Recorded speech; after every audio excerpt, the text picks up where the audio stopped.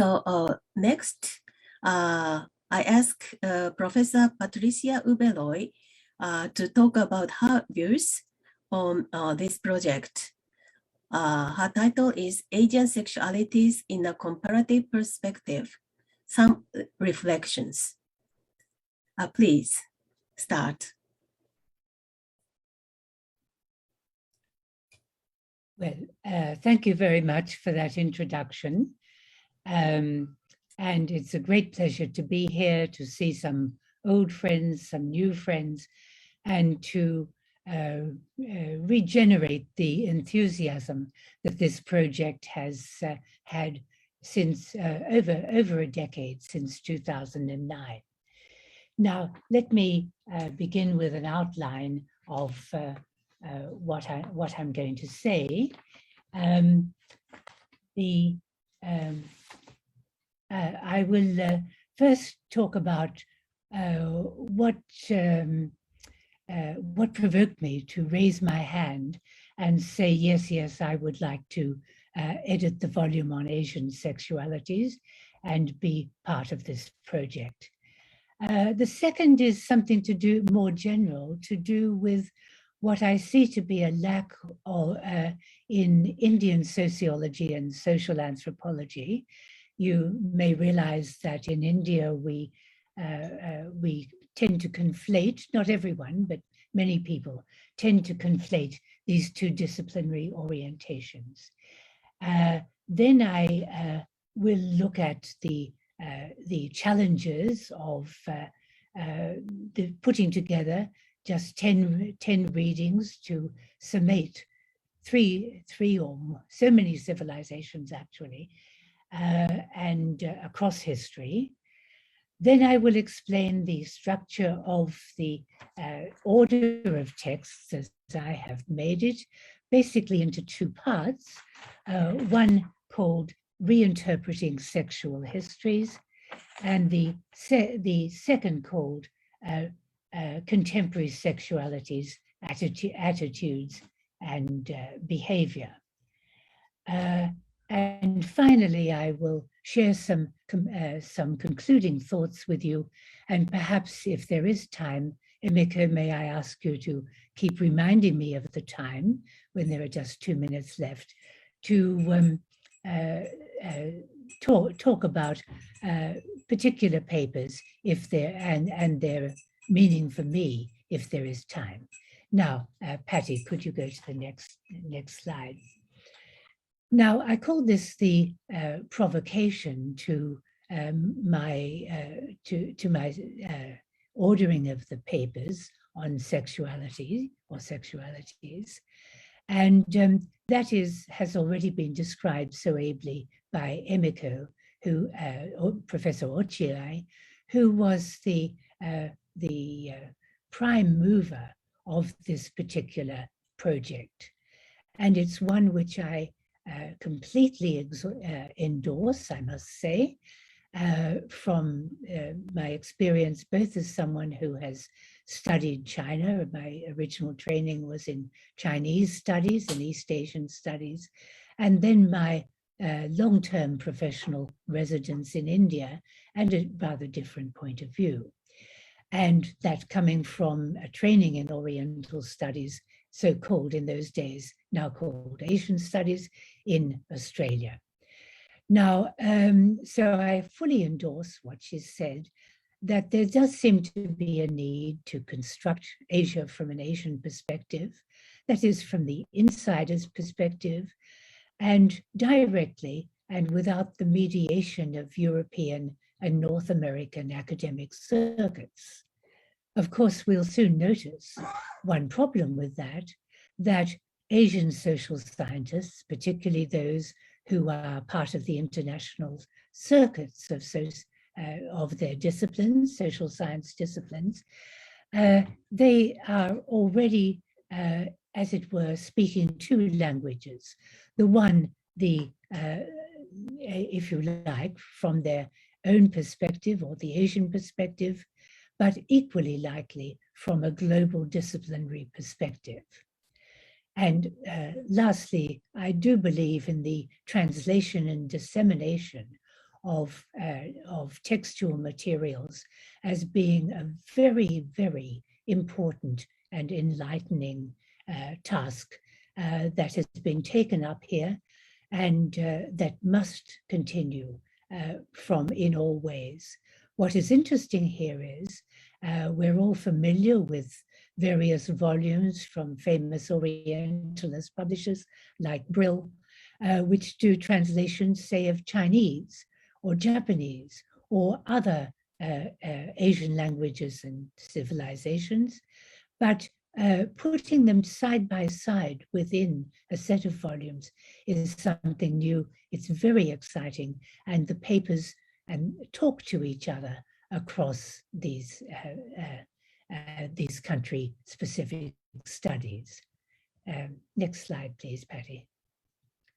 Now, there was one other thing that has driven me all the time in this, and that is an acknowledgement of the insularity of Indian sociology and social anthropology. That is that there's a sort of typically Indian sociology and social anthropology, as they are taught and understood and are modern disciplines within the university system, they consist of the application of Western social science to an understanding of what is called the Indian reality. And unfortunately, in the social science world in India, there's absolutely minimal interest in other societies and cultures, in the neighborhood even, in the region, and elsewhere. If there is any comparative point of view, it is looking at India or South Asia vis-a-vis the West, looking at our histories, our societies, our cultures vis-a-vis the West, and no very, very little done on other Asian studies, even under the name of area studies, so-called, which is extremely limp and weak in the Indian educational system. So I think Asian Families and Intimacies as a project asserts the value of comparativism, exploring similarities and differences in the Asian region, structures and processes, I might underline, outside a supposed universal linear evolutionist framework. I do believe it's an important task to undertake and salute the Kyoto Project for this. Next, please. Now, as I said, I had undertaken, I'd put up my hand actually to undertake the part of the volume on sexuality. It's called sexuality, but I fully believe that it must be sexualities in the plural. And I had no sooner put up my hand and begun reading the translations which were coming in from all over, that I realized that I had undertaken a completely impossible task. Everyone else, all the other part editors must have felt the same once they rolled up their sleeves.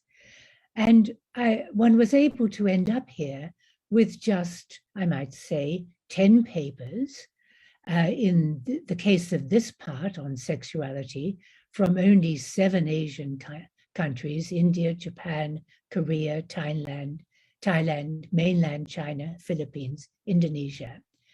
And with fundamental differences between the countries, as Professor Otio has just outlined, between their kinship systems, which must be related to sexualities, that is patrilineal, lineal, matrilineal, bilateral in different emphases, in their associated what are called procreative ideologies, in household types, in rules of inheritance and residence, in modes of production and ecologies, in ethnicities and so on.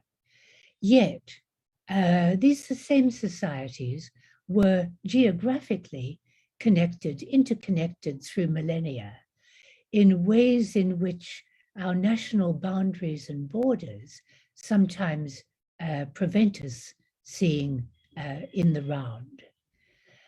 Similarly, again, as Professor Ochiai has insisted, each of these countries or societies has been similarly imbricated in varying degrees in the historical processes to which have been given the names of Confucianization, Sanskritization, of course, under the regime of colonization, Westernization or modernization, Islamization, and latterly globalization. And these processes inflect and speak through sexual ideologies and practices as empirically studied on the ground. Next, Patty. Now, as I began, I found that that the papers fell into two sections. And I must say that in the final rendering of this part, they are a bit uneven. I have 6 papers in one, with the 6 sort of half belonging in the second part, and 4 papers in the other. And the first theme is, I've called it Reinterpreting Sexual Histories.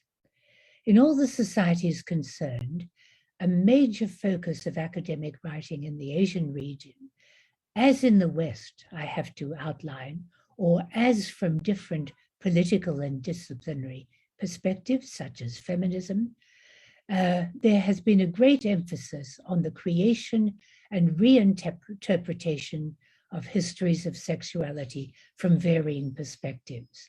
They might be nationalist, reformist, looking for social reform, communitarian, feminist, Marxist, LGBT, and so on. This is an ongoing process. It's not ended, it's still going. But the historical vision and the reworking of historical visions is very important. I should say here that once I had attended a conference on Chinese social historians, particularly devoted to family and kinship. And coming from South Asia, I was absolutely amazed. This was about the year 2001, I think, in Tianjin. And I was completely amazed that there were over 300 Chinese social historians all engaged in this. In South Asia, you could count social historians interested in family, kinship, sexualities, etc., really on the fingers of one hand. Now, I also note here that in the rewriting of history, sexual histories in particular, South Asian writings have been particularly focused on the impact of British colonialism. That's not unnatural. The impact was, this was a colonial society.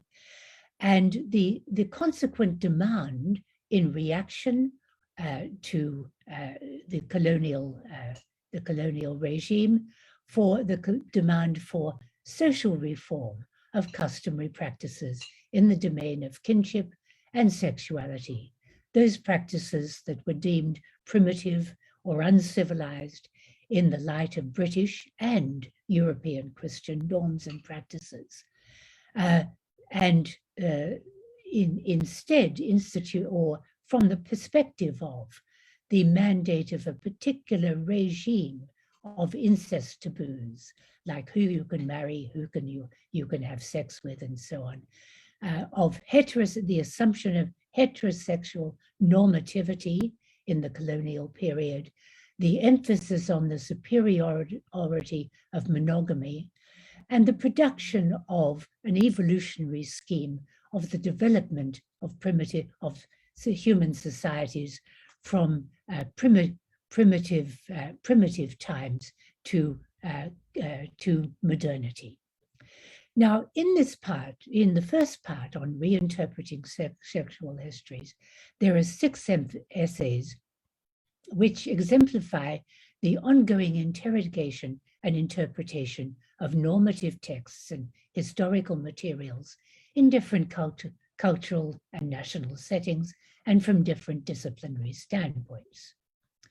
In doing so, the essays not only correct or rebalance the specific historical record, so to speak, but also interrogate prevailing assumptions of global social science. I might point to some of those if I have a chance in my concluding remarks.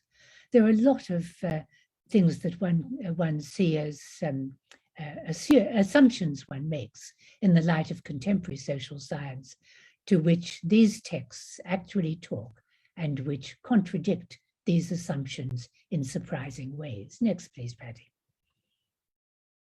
Now, I'll just refer here briefly to some of the texts here in this section, and you will get a sense of what they might be about. Now, the first one, which I opened with, it's a text that I really love and treasure by the Indian feminist historian, she's a historian of ancient India, Uberoi, on Vatsyayana's Kama Sutra. Now, everyone in the audience will know that when you talk about sexuality, this particular text comes to mind. This article goes on to look at its English translation by the famous British adventurer, spy, and Orientalist Richard Burton, and then its rendition in different contemporary media, including in potboiler Bollywood films. I may have some more to say on this text in the concluding remarks, but just as a preliminary, I would only say that works on the sexual life of this civilization or this country and that one, and particularly of Orientalist or primitive or non-European societies, are very much a part of 19th and 20th century popular and literate culture and the history of our discipline, sociology. The second one, which I would also like to talk about in the end, if I get time, is Ujie Mikito's account of institutionalized male homosexuality, surprisingly, as an intrinsic feature of the warrior samurai class in pre-modern Japan. This is counter-intuitional from the point of view of contemporary writings on LGBT and homosexuality. The third one is by Korean social historian Jung-E Young, who discusses the regulation of concubinage in late Joseon, Korea. Very interesting paper, because concubinage was always felt to be an expression of, if you like, sexual,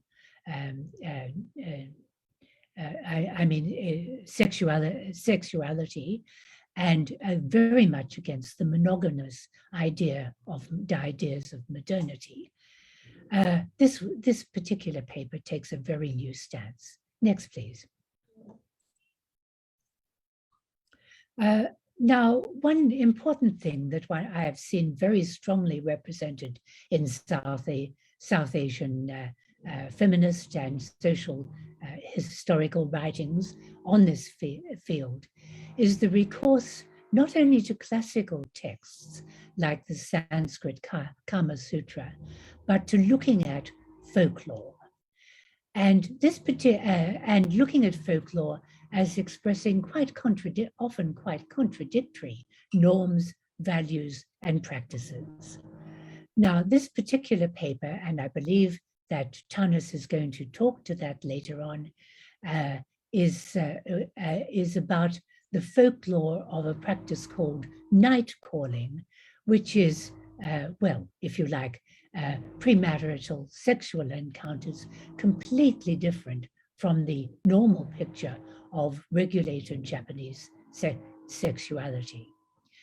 The third one is very interesting and is one of a multiplicity of papers by Indian feminists and other social historians. This is by Professor Veena Oldenburg on the lifestyles of the famous courtesans of Lucknow,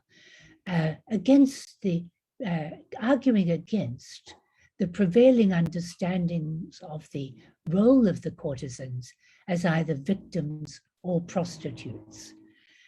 Victims because they were assumed to have been trafficked, or prostitutes because they also engaged in very often, or typically perhaps, in sexual relations with their patrons. And this is very important because the group that she was referring to, the courtesans, were actually custodians of classical arts, of music, singing, and dance, well trained in these. She begins her paper by pointing out that the idea of them as only victims is perhaps a little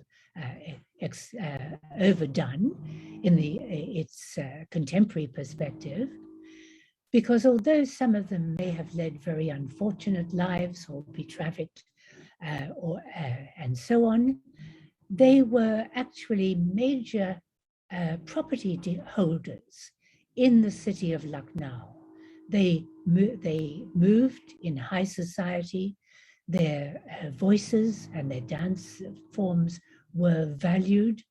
They were famous, not entirely of good reputation, but they were famous women of repute.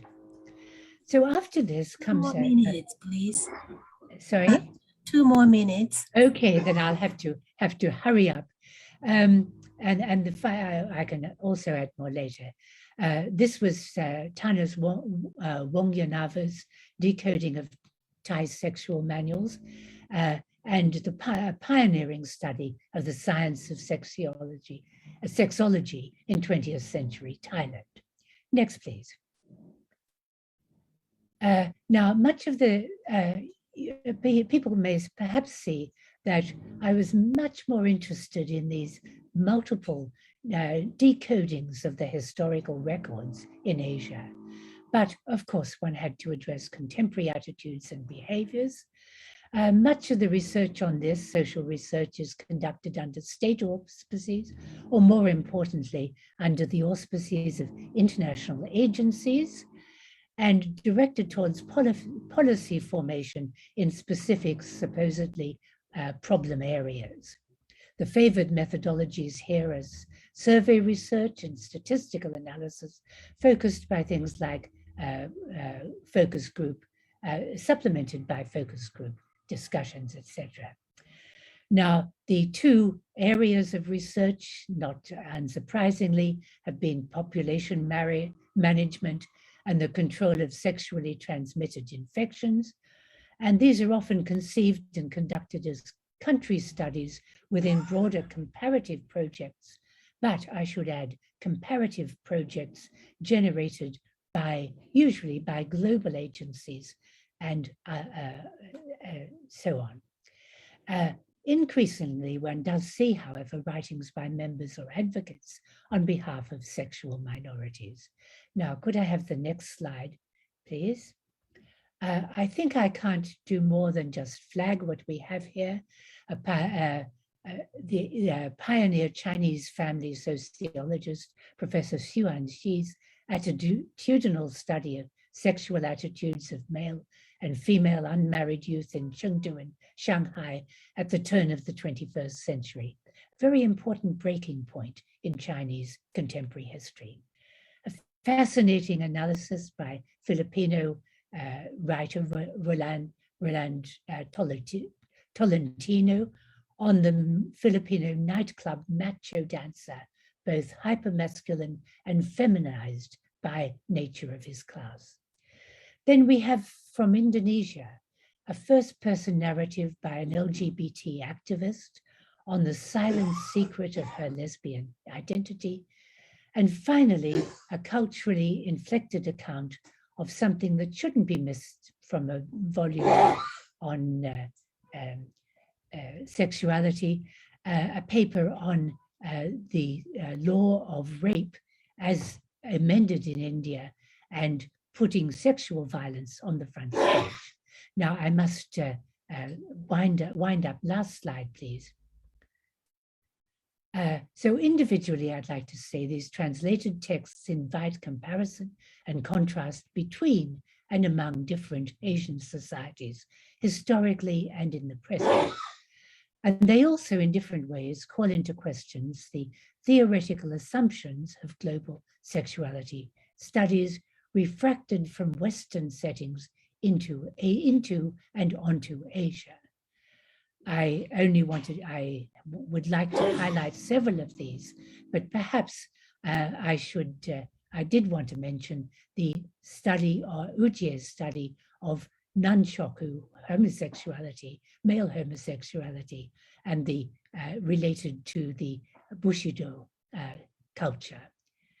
So, as I would say, new culture questions for Asian and global social science emerge in fascinating ways from the frontiers of history and from these multiple translations. Not only the part on sexuality, but all the other parts also have much to learn, provide much to learn in this field. I'm very sorry that I seem to have probably overstepped my time a little. And in the background, my husband is bearing witness to the levels of pollution in India at this moment. So I should definitely mute him and myself and turn off our audio.